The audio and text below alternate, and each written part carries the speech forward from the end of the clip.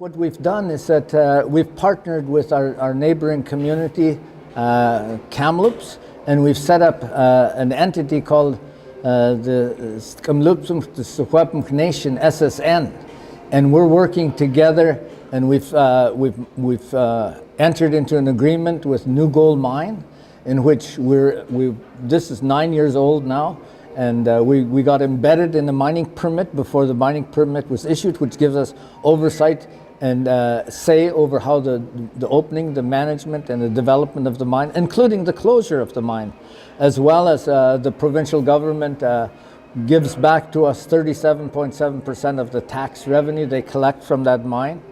As also we have NSR return from the mine itself, first right of refusal, and we have contracting opportunities with the mine for our companies, which we are engaged in. We have some wonderful contracts coming out there, as well as a certain percentage of our people have to be employed in the mine. That's one aspect. But also in terms of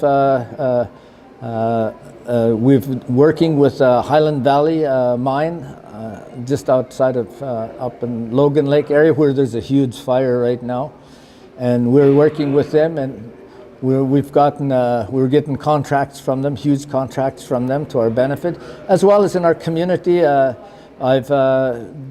We have 5,500 acres of highway frontage land that we've designated for economic development purposes. It's kind of a large sandbox to play in, so to speak. It's a multi-purpose designation, and it's not time sensitive, which is really good insofar as when the development begins, that when you put the shovel in the ground, that's when the clock starts ticking on the 99-year lease, as opposed to at the time of the designation takes place. So it's a totally different type of designation now. So those are the type of thing, and we have a very good gravel pit, a huge gravel pit that's doing robust right now and provides a lot of resources to our community. So those are the type of economic developments. But most recently, what we've done is there was a huge fire above our community. It was called the Elephant Hill Fire. And I've just been on the phone, an interview with CBC, and what we've done is we've implemented our jurisdiction over that area based on our traditional laws to control the understory, that is the medicinal, food and technological plants under the trees, and controlling that. And so we're issuing permits to and selling permits to the morel buyers, mushroom buyers, and we're issuing permits to the pickers, camping permits. So we're controlling that area, and we've gone and we're working with the provincial government, and we're saying this is how we want to show you how we can begin implementing UNDRIP on our territory.